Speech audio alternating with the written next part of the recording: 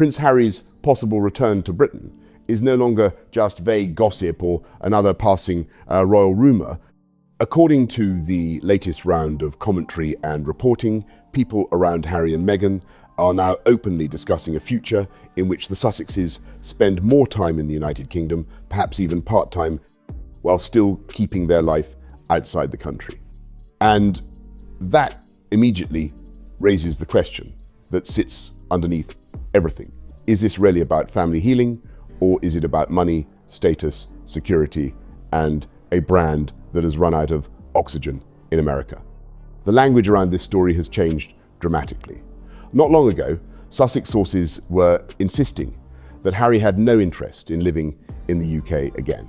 He was said to be settled in California, happy with his new life, and finished with Britain as a home. The message was clear: Harry had escaped and he was not coming back. Now, the briefing is completely different. No, thank you. As the veil falls off his relationship with Meghan Markle. And now we have major media figures like Calvin McKenzie, former editor of The Sun, openly predicting that this union just ain't gonna last. Suddenly the UK is being spoken of as emotionally important. Europe is being discussed again. Portugal is described as a possible stepping stone.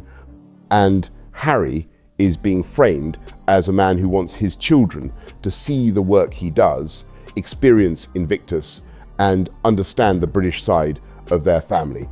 That is a total reversal. It is also why the phrase reverse Megxit keeps returning. Harry and Meghan left the royal family in 2020 after the late Queen Elizabeth II refused to give them the half-in, half-out model they wanted. They could not be working royals when it suited them, and private commercial figures when it suited them. They could not use the crown as a flexible platform for personal business. That was the settlement. But now, years later, the Sussexes appear to be edging back toward a version of that same arrangement through atmosphere, family contact, charity events, and the emotional pull of Archie and Lilibet.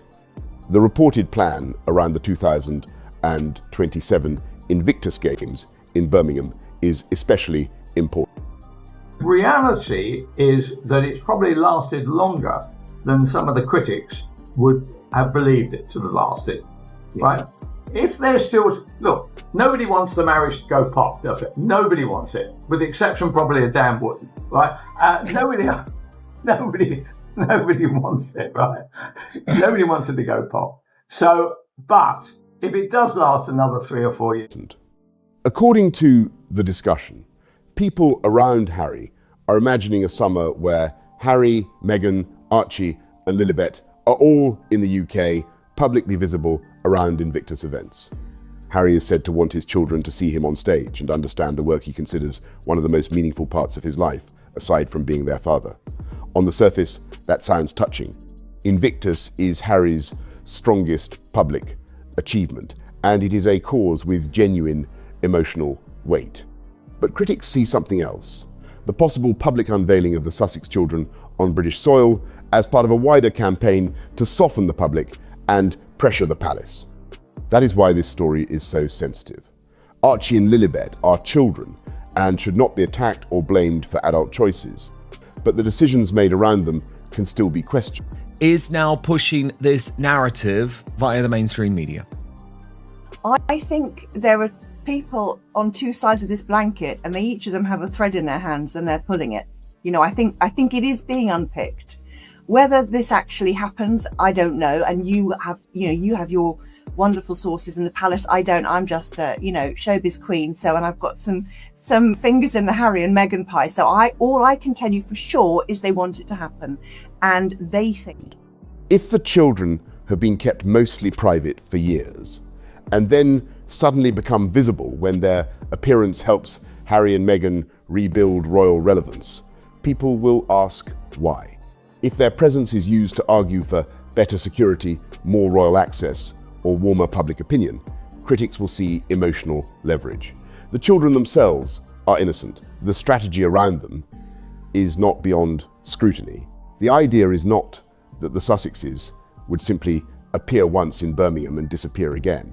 The commentary suggested that if all four are meant to be visible at Invictus, there would likely need to be earlier visits first. Perhaps a springtime visit, perhaps something around school holidays, perhaps more private family contact before the larger public moment. In other words, the road to Invictus could become the road back into Britain. Each visit would be framed as natural, family-oriented, or charity-related. Together, they would build a new pattern. And this is where security becomes the key. Harry's long-running battle for UK protection is not separate from his possible return. It is central to it. If Harry gets the level of protection he wants, he can travel more freely, bring Meghan and the children more easily, and present his visits as protected, recognised, and institutionally serious. If he does not get it, every return remains harder, more expensive, and less royal in appearance. That is why critics believe the security issue is about more than safety. They see it as status, logistics, money, and leverage all at once. Harry's argument is that the risk attached to him did not vanish simply because he stepped back from official duty. He is still the king's son. He is still a public figure. He is still a former soldier. His family, he argues, still faces threats because of who he is. That is the strongest version of his case, and it is not absurd to acknowledge that Harry has real security concerns. But the counter-argument is equally strong. He chose to leave working royal life. He chose to live privately and commercially abroad, and he cannot expect the British public to fund the full benefits of a role he no longer performs. 18 months ago, I spoke to a communications professional on Team Sussex who said to me, Harry's never coming back to the UK. He has no interest in it, to live. Never coming back to the UK, loves his life in California. He's here forever. And that has completely changed, hasn't it? Just turned around quite quietly while we've all been looking at other things that, you know, their eyes are on Europe again and the UK. And That is why many people in Britain are so frustrated. They hear Harry talking about safety, but they also hear a man who wants to come and go while retaining royal level treatment. They see a prince who left the job but wants the protection attached to the job. They see a wealthy private figure who has made money from royal storytelling but may still want taxpayers to underwrite a key part of his lifestyle. Whether Harry likes it or not, that is how the argument lands. The financial angle makes the issue even more explosive. Commentators in the source material argued that private security may cost Harry and Meghan millions each year. If Harry were able to secure a more formal protection arrangement through RAVEC or through state-backed decisions, critics believe it could reduce the private cost burden and make global travel easier. The exact figures are debated, and much of this remains commentary rather than confirmed accounting. But the basic point is clear. Security is expensive, and if the Sussex's commercial income is not as strong as it once was, reducing that cost would matter. This is why some critics think money is driving much of the current strategy. The Sussex's American dream looked powerful at first. However, there is a wider plan at play, and that is still to unveil. Archie and Lily on UK soil during the Invictus Games next year. What do people around them think that summer 2027 looks like? The people around them think summer 2027 is all four of them in the UK. Public facing, you know, at Invictus events. Harry wants to bring his children there. He wants his children to see him. They had the Netflix deal, a major audio deal, Spare, Oprah, and huge global attention. But over time, the glow faded, the audio deal ended. Netflix has not turned them into dominant media producers. Meghan's lifestyle work has not become the cultural or commercial force she seemed to want. Harry's legal fights have damaged his image. They are still famous, but fame without reliable income and admiration is not the same as success. The problem is that America rewards output. It rewards performance, productivity, and obvious talent. Harry and Meghan arrived with royal titles and a dramatic story, and at first that was enough. But once the public heard the story again and again, the question became, what else can they do? What can they produce that people genuinely want? What can Meghan sell that does not depend on being royal? What can Harry say that is not another version of grievance, trauma, security, or family paying? Those questions have not been answered convincingly. That is why the idea of simply changing countries again feels so hollow to critics. If America has cooled, and the answer is to look back toward Britain, what happens if Britain does not warm up either?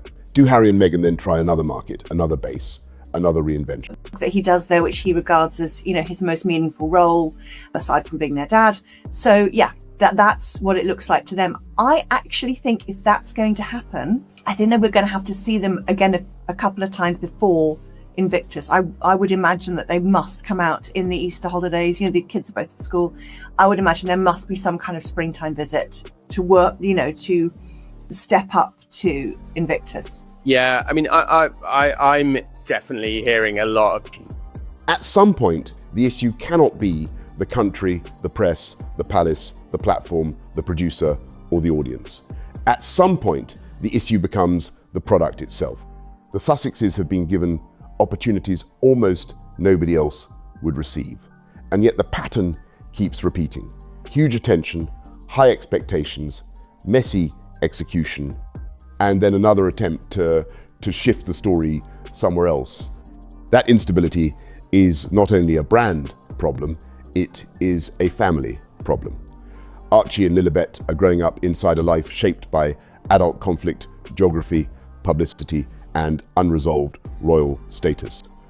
One moment their parents emphasize privacy. The next, the children are discussed as part of a possible Invictus reveal. One moment Britain is unsafe. The next, Britain is part of their heritage. One moment California is freedom. The next, Portugal is a staging post and the UK is back in view. Children need stability. And the Sussex strategy often looks like movement without resolution. This is why some commentators argue that Harry and Meghan have still not had the necessary moment of self-recognition. They keep treating each environment as the problem. The palace was the problem, then the British press, then the British public, then Hollywood's lack of enthusiasm, then security, then the Home Office, then the lack of royal access. But if the same difficulties follow them everywhere, the public will eventually conclude that the problem travels with them. That is the hard truth. No charm offensive can easily soften. That is why the UK has suddenly become useful again. If the United States is cooling and the Hollywood circle is less welcoming, Britain offers the one thing the Sussexes still have that no other celebrity couple can copy: direct proximity to the monarchy.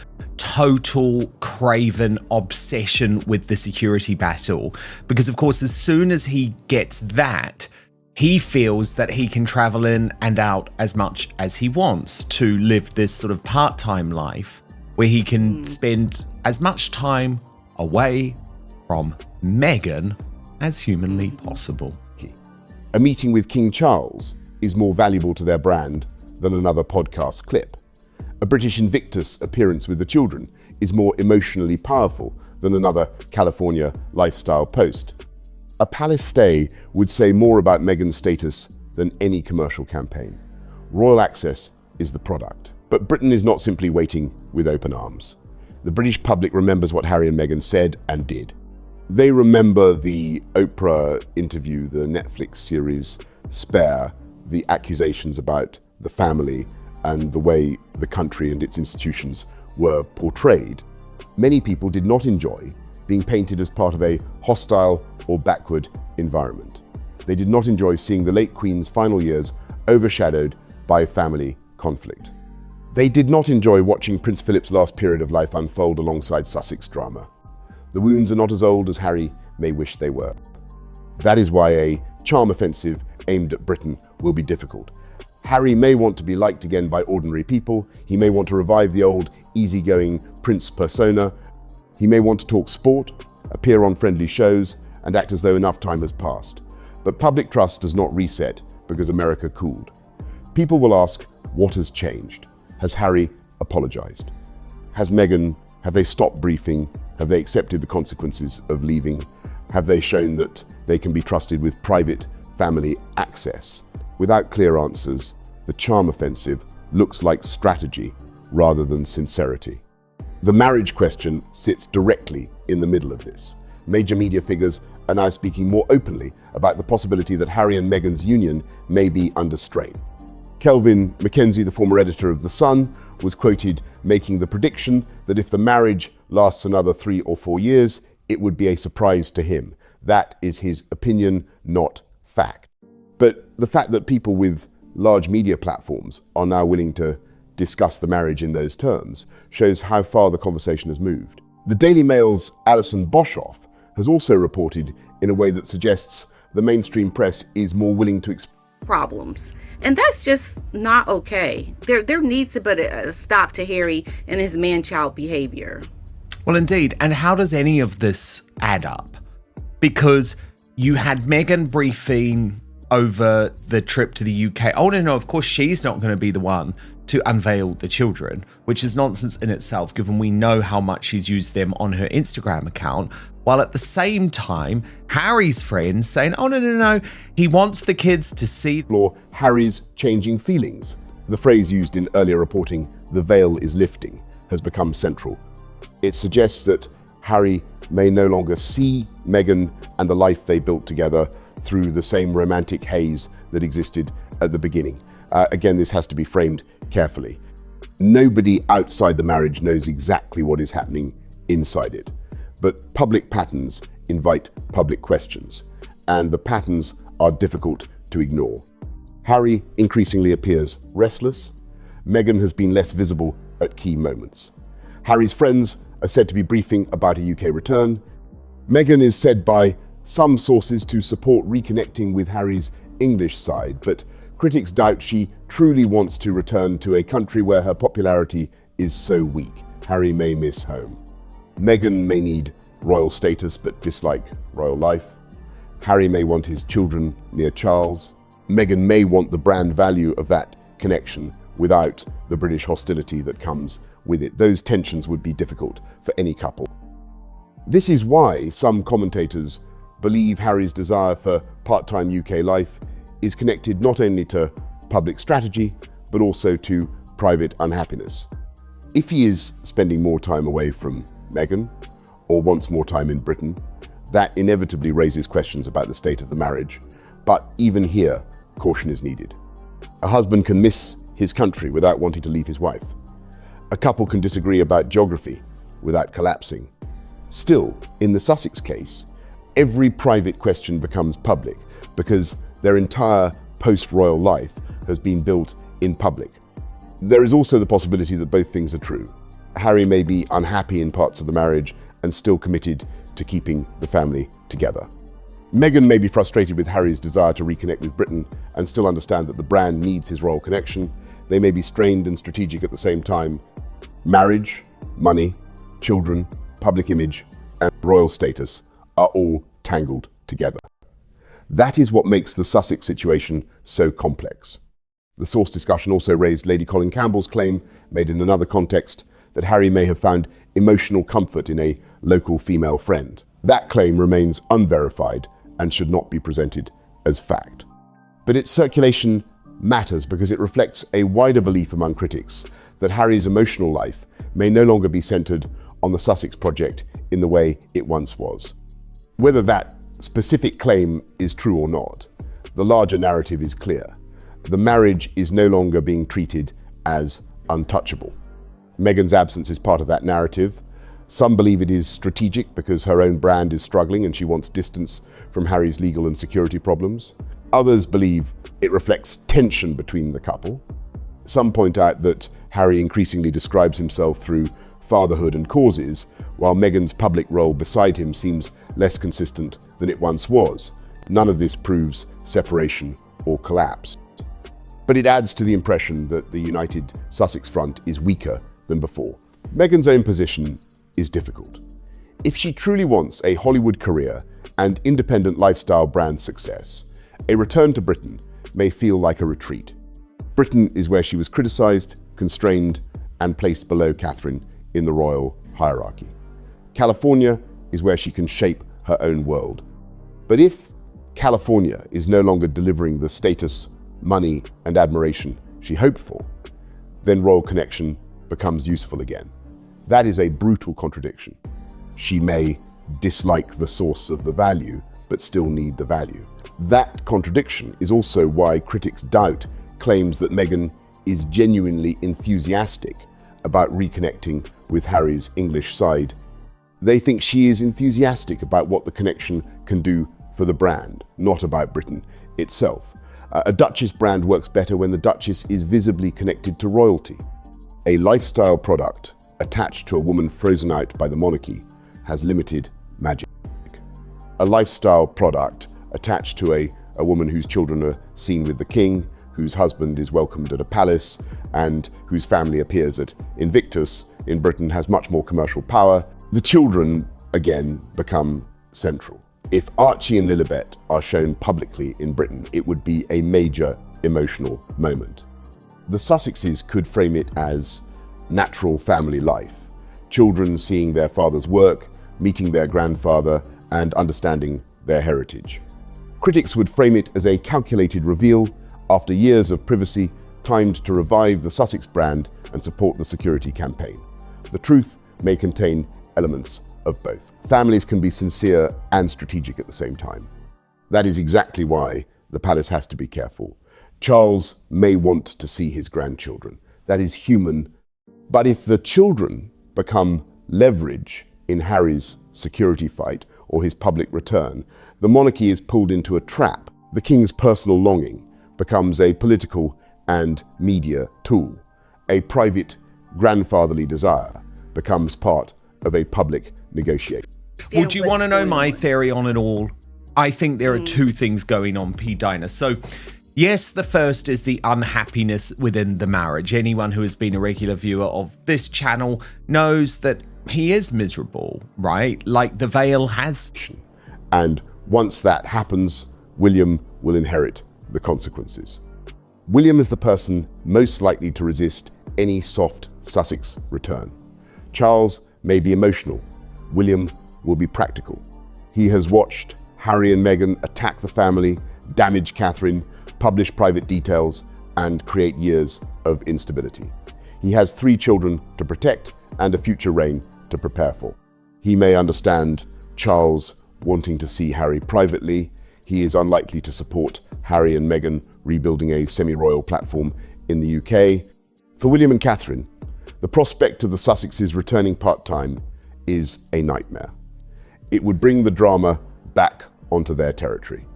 It would create more headlines around family meetings, royal properties, children's appearances, and possible reconciliation. But I genuinely believe all of this is driven by money. That is the only reason he wants to come back to the United Kingdom. It's not like there's been any sort of serious change. He was more than happy to slam the British people, to decry us as racist, to suggest that we were backward, to claim that we hated his wife. He was more than happy to do. It would invite endless comparisons between George, Charlotte, and Louis on one side, and Archie and Lilibet on the other. It would keep the Sussex story alive inside the future monarchy, rather than at a safe distance in California. It would also force William and Catherine into a role they have spent years trying to avoid, supporting characters in Harry and Meghan's emotional drama. If the Sussexes come back for Invictus, the media will ask whether William supports the event. If Harry meets Charles, the media will ask why William was absent. If Meghan appears, the media will ask whether Catherine will see her. If Archie and Lilibet are shown, the media will compare them to the Wales children. The Wales family cannot simply live around the Sussexes without being dragged into the story. That is why distance has been so valuable. For Catherine in particular, the return of Sussex turbulence would be deeply unwelcome. She has endured an extraordinarily difficult health period and has worked carefully to rebuild public confidence with calm, measured appearances. The last thing she needs is another cycle of speculation about tears, bridesmaids, texts, body language, family meetings, and whether she can forgive Meghan. The public may obsess over that drama, but for Catherine, it is personal. William will know that, and he will be protective. This is why any decision Charles makes now has to be judged not only through a father's eyes, but through the future king's eyes. Charles may want a softer family ending. William needs a stable reign. Charles may want grandchildren around him. William needs his own children protected from becoming part of a rival royal narrative. Charles may believe he can manage Harry privately. William has seen what happens when Harry later tells the public how he experienced private moments. These are very different priorities. The source discussion described this as a disaster for the real royals, meaning the working royals who stayed and continued the job. That phrasing is blunt, but the concern is understandable. They are not part of the entertainment and sporting and influential fashion community that they hope to be in the US. And then that's also connected to the security issue too, because the more and more they pile the pressure on about getting the UK security coverage, as I have been constantly reporting, and I'm the only one to report this, Pete Diner, and it drives me nuts. If he gets what he wants and he gets the RAVEC protection, Harry and Meghan left and distance became part of the settlement. If distance disappears, the old conflict returns. The monarchy does not need a rival royal storyline operating on British soil, especially one connected to American media, streaming content, and unresolved grievances. The security battle also reveals Harry's deeper rivalry with William. Critics argue that Harry wants the protection, status, and flexibility that comes with being closer to the center of the monarchy because William has those things. William is the heir. William's family is central. William's security is part of his role. Harry cannot accept that stepping away means he does not receive the same treatment. That resentment has been visible for years, and security may be one of the clearest expressions of it. Harry may say this is only about safety, but the emotional structure is larger. He wants to feel important. He wants the world to treat him as someone exceptional. He wants to move through Britain with the trappings of royal status. Without them, he is forced to confront a painful reality. He is no longer a working royal, no longer central, and no longer automatically entitled to the system that supports William. For a man who spent his life as a prince, that is a hard fall. This is why some commentators describe his behavior as childish or entitled, though a polished script should use more measured language. The underlying criticism is that Harry struggles to accept consequences. He left the job but wants the perks. He attacks institutions but wants their protection. He moves to America but wants Britain available when America disappoints. He demands privacy but uses public sympathy. He wants independence but also wants royal recognition. Every contradiction leads back to the same issue. Harry wants choices without costs. The latest political context around the Home Office adds another layer. The discussion referenced hopes that a change in government might create an opening for Harry to lobby again on security. It is believed they are paying at the moment, P. Diner, to the private security company. But remember, there's extra costs if, for example, there are trips overseas which aren't covered by the government in question. I mean, certainly my belief is when it came to Ukraine, the government paid. When it came to Colombia, the government paid. But the RAVEC protection, P. Diner, would allow them to travel wherever they wanted in the world. And as I say, I'm sorry to hark on about this, but people don't understand for some reason. But according to the commentary, the Home Office was not happy with attempts to pressure it through briefings, leaked material, or public itineraries. The accusation is that Harry's team announced or discussed future visits in a way that would make it harder for the government to refuse protection. If that is accurate, it would be an extraordinary way to treat a sensitive state process. Publicly pressuring the Home Office also puts King Charles in a difficult position. The government is His Majesty's government. The King must remain above politics. Yet his son is pushing for a decision that affects taxpayers, armed protection, and the constitutional boundaries of royal life after Megxit. Charles may want to help Harry personally, but he cannot simply override government security decisions. If Harry keeps briefing and pushing, he risks embarrassing his father as king while claiming to want reconciliation with him as father. This is exactly why critics argue Charles needs firm boundaries. A loving father can listen. A king must protect the institution.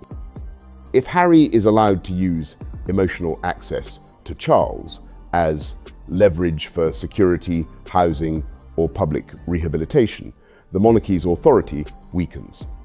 The public begins to ask, who is in charge? The king, the government, or the son, who keeps pushing until everyone gives in? The debate over whether Meghan and the children were truly present for the recent UK meeting also feeds into the security argument. Some observers doubt they were there because there were no clear independent photographs or sightings. Others believe they were there, and that the absence of images simply proves that private travel can happen safely and quietly. Either way, the result is damaging for Harry's security narrative. If they came unnoticed, then the UK was manageable. If they did not come, then the briefing around the family reunion becomes questionable. The more reasonable point is that Harry and Meghan may not be as constantly pursued as they believe or claim. In modern Britain, paparazzi culture is not what it was in Diana's era. People do not necessarily chase every royal adjacent figure with cameras. Many celebrity photographs are arranged. If Meghan can move privately when she wants to, and if Harry can visit quietly when the event is controlled, then the idea that every British visit is impossible without extraordinary state protection becomes less convincing. That does not mean there are no risks.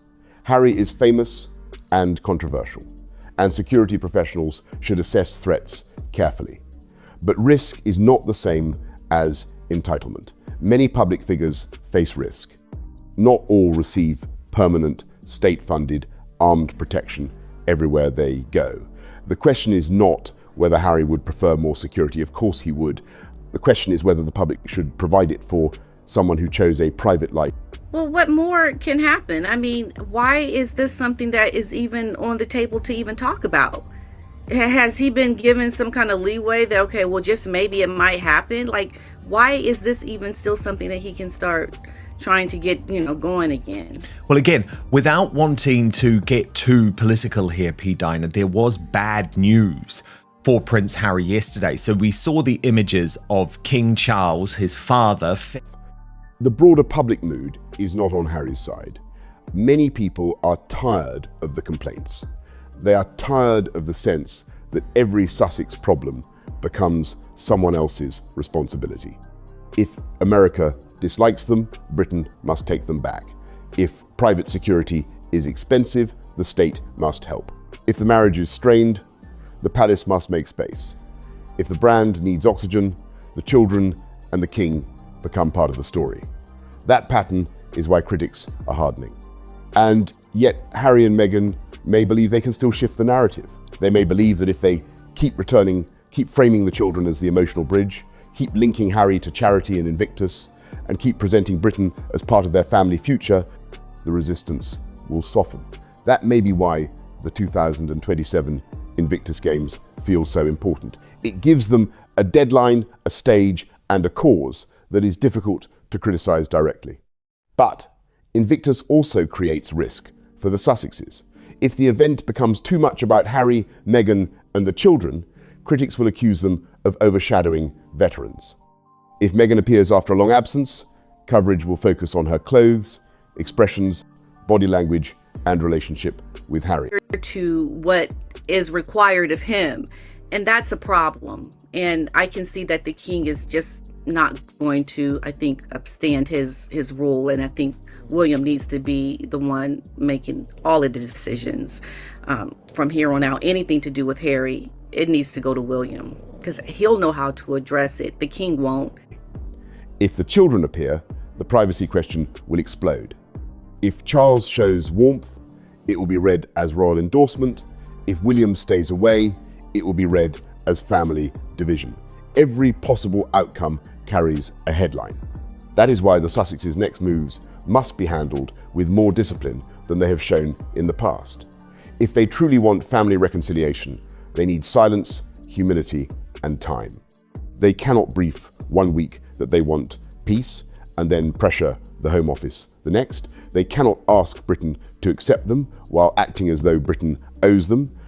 They cannot use the children as emotional punctuation whenever the brand needs softening. They cannot keep shifting between private family language and public strategic leaks. The marriage itself may become more exposed as this strategy unfolds. If Harry spends more time in Britain, where does Meghan fit? If she does not come, the separation narrative grows. If she does come, public hostility grows. If the children come, the security debate intensifies.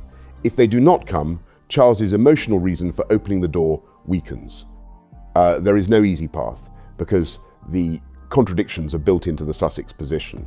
One comparison raised in the discussion was to David and Victoria Beckham, where different teams once said to brief different perspectives during periods of strain before the couple worked through it.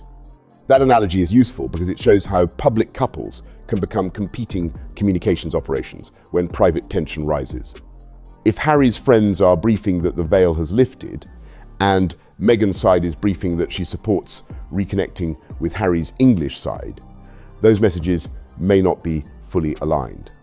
The media will watch for signs of separate agendas. The next phase could therefore become messy. Harry's camp may emphasize his homesickness, his children, Invictus, and his need for security. Meghan's camp may emphasize family unity, brand calm, and support for Harry, while also protecting her own image. The palace may emphasize private compassion, but try to avoid public rehabilitation. William's side may say nothing at all. The press will fill every gap. In the end, the story is not simply whether Harry wants to move back to the UK part-time. It is whether he understands what that would mean after everything that has happened. A part-time return is not a neutral lifestyle choice. It reopens Megxit, it reopens security, it reopens the children's titles and visibility, it reopens the William feud, it reopens Catherine's position, it reopens the question of whether the late Queen's settlement is still being honoured, and it reopens the central contradiction of Harry's life. He left the institution, but he still needs it. For Meghan, the same contradiction applies in a different way. She wanted a life where she was not trapped by royal hierarchy, but the royal connection remains the source of her global fascination. He's copying his brother, I know. right? I'm going to get to that. I'm going to get to that, Yeah. actually, because that was astonishing. But Pete, Dinah, do you Yeah. think that Meghan's disappearance at the moment is strategic, or is it because the strains between the pair of them are so significant? I don't think it's strategic at all. I think Meghan is on the down low with everything. If Harry comes back and she stays away, her influence over the royal narrative may weaken. If she comes back with him, she faces a public that has not forgiven her. If she uses the children to soften the story, she risks accusations of exploitation. If she does nothing, the marriage strain narrative grows. For Charles, the choice is painfully personal. He can open the door because he loves his son and grandchildren, but every inch of openness can become leverage. Every private meeting can become briefing material. Every concession can become precedent. Charles may want to heal the family, but William will be left to manage the structure. That is why many critics believe decisions about Harry should be made with William's future reign in mind. Not only Charles's emotional present, the British public does not need to be cruel to see the problem. People can feel sympathy for a father wanting to see his son. They can feel sympathy for children caught in family drama. He is like he's a father, but he doesn't mention that he's a husband. So Meghan and Harry are having problems. She's keeping her distance. She wants nothing to do, I think, with what he is doing, and vice versa.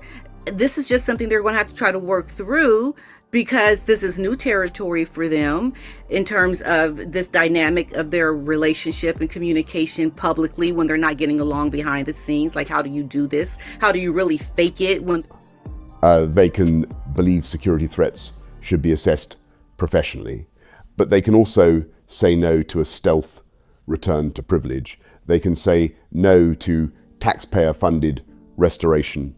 They can say no to the idea that Britain becomes the Sussex backup plan because America did not deliver. That is the uncomfortable truth.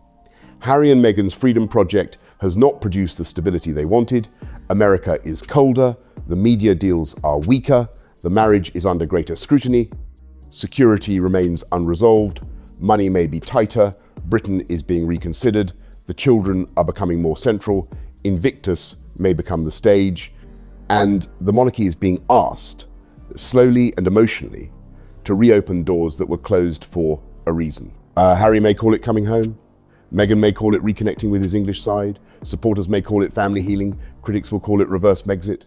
But whatever label is used, the substance is the same.